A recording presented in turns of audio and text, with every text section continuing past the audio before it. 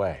A new report shines a harsh light on the troubled Jackson County Jail, suggesting that multiple murders were made possible because of the jail conditions. According to the report, inmates used smuggled cell phones to communicate with criminals outside of the jail in order to coordinate the murders of key witnesses. KCTV5's Emily Rittman is live outside the jail tonight with a closer look at the 71-page report. Emily? Members of the grand jury say Jackson County citizens cannot be safe without a safe jail. They are calling for change and say it's time for those in charge to stop talking about the jail and take action.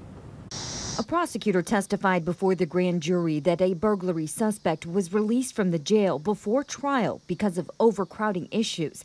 That suspect is accused of killing the witness in the burglary case.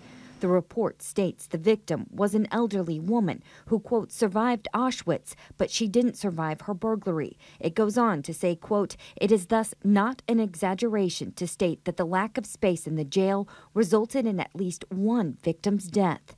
More disturbing testimony stated that in two separate incidents, inmates illegally obtained cell phones to orchestrate the murders of key witnesses who planned to testify against them.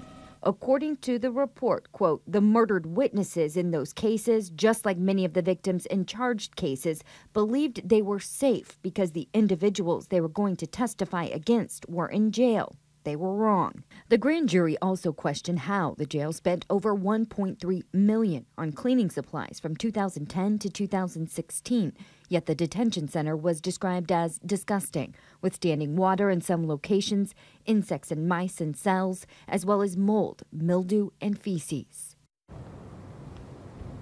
In the grand jury's recommendations, they asked leaders to find a way to fund this jail for the next 5 years, then find funding for a new jail after that. Reporting live, Emily Rittman, KCTV5 News. Emily, thank you. Jackson County Executive Frank White Jr. responded to the report, saying in part, the prosecuting attorney is using this report as a political opportunity to point out decades-old problems of deferred maintenance and attribute them to the current administration. You can read the full report and White's entire response on the KCTV5 News app.